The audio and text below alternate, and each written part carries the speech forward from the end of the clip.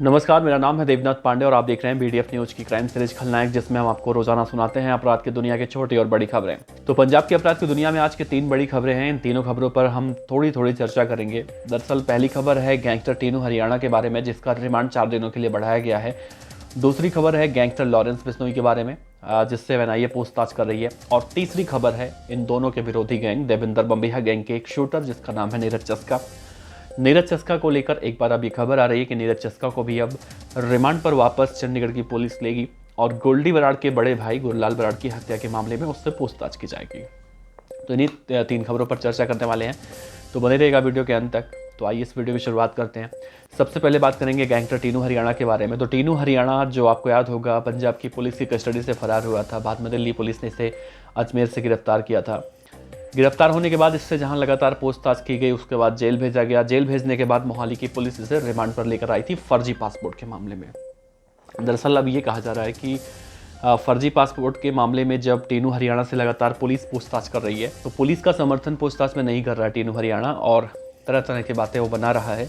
तो दरअसल आज उसका रिमांड खत्म हो चुका था, जो पहले रिमांड मिला था। और उस रिमांड के खत्म होने के बाद जब पुलिस ने वापस आज मोहाली की कोर्ट में पेश किया, तो पुलिस ने ये दलील रखी कोर्ट में कि टीनू हरियाणा पुलिस की पूछताछ में सहयोग नहीं कर रहा है, और लॉरेंस बिश्नोई का जो भाई और भांजा यहाँ से फरार हुए हैं दोनों, और इन दोनों को फरार करवाने में जो फर्जी पासपोर्ट लगे थे, इन फर्जी पासपोर्ट में टीनू हरियाणा का नाम सामने आ रहा है कि ये भाई उस गैंग से भी जुड़ा हुआ है जो फर्जी पासपोर्ट बनाया करते हैं, और इसी मामले में इनसे पूछताछ की जा रही है। दूसरी पूछताछ तो उसका खुद जो फर्जी पासपोर्ट वाला मामला है, तो कहीं ना कहीं टीनू हरियाणा अब एक नए केस में फंसता हुआ दिखाई दे रहा है। टीनू हरियाणा को जब आज कोर्ट में लाया गया, तो ठंड के इस मौसम में वो ग्रीन कलर का एक जैकेट पहना हुआ दिखा था, और उसके चेहरे पर वो एटीट्यूड दिख रहा था कि जैसे भाई उसने कुछ गलती नहीं किया। और तमाम तरह से जो गैंगस्टर आजकल देखा जाता है कि सोशल मीडिया के ज़माने में जो रील बनता है और अपने आप को हरियाणवी और पंजाबी गानों पर वो अपने आप को बड़ा गैंगस्टर दिखाते हैं, तो कुछ इस तरह से टीनू हरियाणा आज कोर्ट में पेश हुआ था। तो इस पूरे मामले में भाई देखिए, टीनू हरियाणा के 4 दिनों की रिमांड और बढ़ाई गई है। इन 4 दिनों में उसे पूछताछ पुलिस करेगी कि लॉरेंस बिश्नोई के भाई और भांजे यानी कि सचिन और अनमोल बिश्नोई को उसने कैसे फरार करवाया।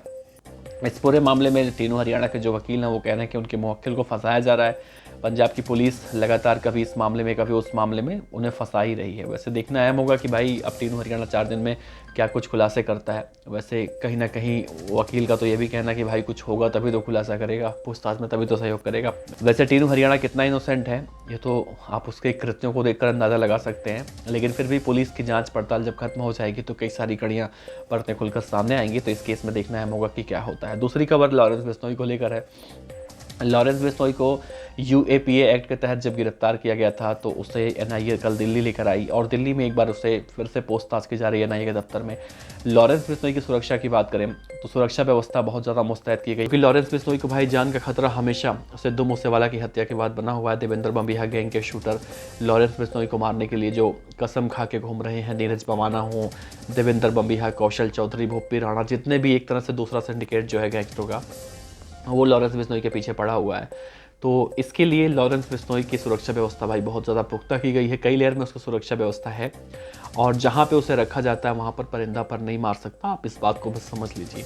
तो लॉरेंस बिश्नोई से पूछताछ में काफ़ी कुछ चीज़ें खुलकर सामने आने की संभावना है, उम्मीद है। और ये भी कहा जा रहा है कि लॉरेंस बिश्नोई के जो आतंकी गठजोड़ हैं उन सबसे भी खुलासा हो सकता है। तो फिलहाल देखने अहम होगा लॉरेंस बिश्नोई के बारे में आगे क्या कुछ निकल कर सामने आने वाला। वैसे आपको बता दें कि लॉरेंस बिश्नोई की एक मुराद तो पूरी हो चुकी है कि भाई वो दिल्ली आ चुका है, और यही वो चाह रहा था।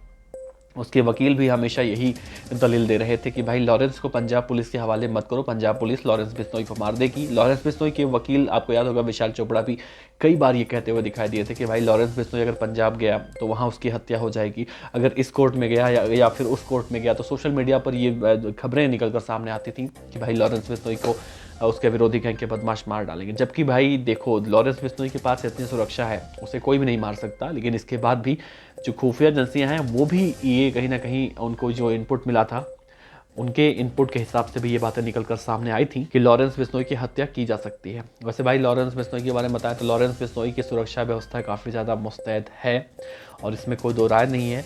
लॉरेंस बिश्नोई फिलहाल 10 दिनों में क्या कुछ खुलासे करता है ये तो खैर भविष्य में ही मालूम चलेगा, लेकिन इतना तो जरूर है कि लॉरेंस बिश्नोई अब पंजाब नहीं जाएगा, शायद ही जाए। और तीसरी खबर ये निकलकर सामने आ रही है कि देवेंद्र बम्बिहा गैंग, जो लॉरेंस बिश्नोई का विरोधी गैंग है, राइवल गैंग कहा जाता है, उसका एक शूटर है नीरज चस्का। वो आजकल बहुत ज़्यादा सुर्खियों में है और इसके पीछे की सबसे बड़ी वजह ये देखी जा रही है कि एक तो उसने सुरजीत बाउंसर की हत्या की थी, और सुरजीत बाउंसर की जब हत्या हुई थी तो उस वक्त भी ठीक ये खबर ऐसे ही वायरल हुई थी जैसे आज के मौजूदा वक्त में किसी बड़े गैंगस्टर की हत्या होती है। तो हालांकि सुरजीत बाउंसर को लेकर कई सारी कहानियां निकलकर सामने आती रही कि उसके कई सारे गैंगस्टरों से संबंध रहे हैं, और लॉरेंस बिश्नोई गैंग से उसके संबंध कहीं ना कहीं निकलकर सामने आए थे, और उसके भाई बहुत सारे ऐसे कर्मकांड निकलकर सामने आए थे। उसके बारे में वीडियो बना चुका हूँ पहले भी।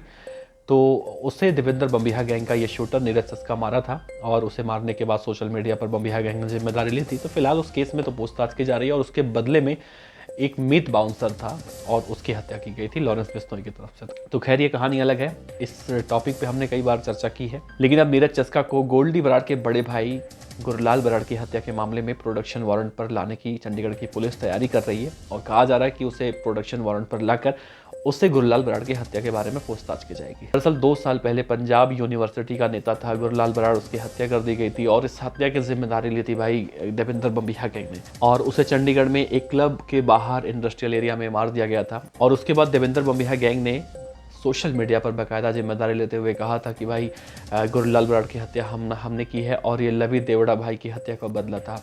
लेकिन जैसे ये बदले का सिलसिला शुरू हुआ, उसके बाद पंजाब के अंदर कई सारी हत्याएं हुई। तो इन सब बातों पर नहीं जाते हैं, बस इतना बताने का उद्देश्य यही था कि नीरज चस्का भी अब एक बार गोल्डी बराड़ के भाई गुरलाल बराड़ की हत्या के मामले में रिमांड पर लिया जाएगा, उससे पूछताछ की जाएगी।